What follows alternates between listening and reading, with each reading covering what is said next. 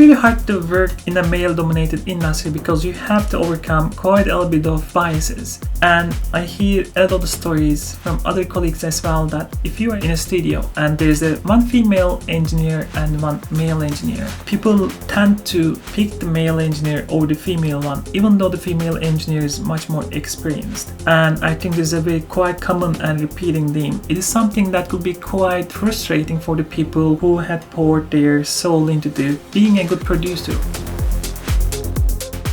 I think many of the male colleagues that I have, they just be themselves, help the client, or work as a producer, work as a sound engineer, and that's all they need to do. But the need for female colleagues that they have to go an extra mile to really show themselves already tells a big part of the story. Like they need to do that to really inspire confidence with their clients or the colleagues is, I think, already show how much bias that we have in the industry towards female colleagues. Of course, this could be different for different people. Like some of my colleagues doesn't experience that much, maybe some of them experience more, but the idea of they have to assert themselves is already, I think, giving a lot of red alarms in the industry, and I think it shouldn't be that way.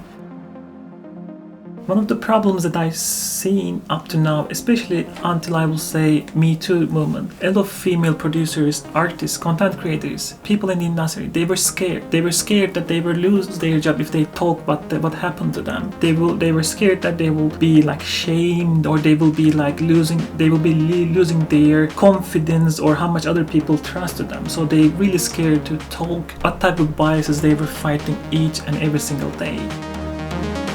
Don't expect always your female or non-binary colleague talking about this, because they can be scared. Again, losing your job in an economy like this is some type of a problem. They don't want to, but you as a secondary colleague can talk out of it and help the people in need and scared. I think it's as important.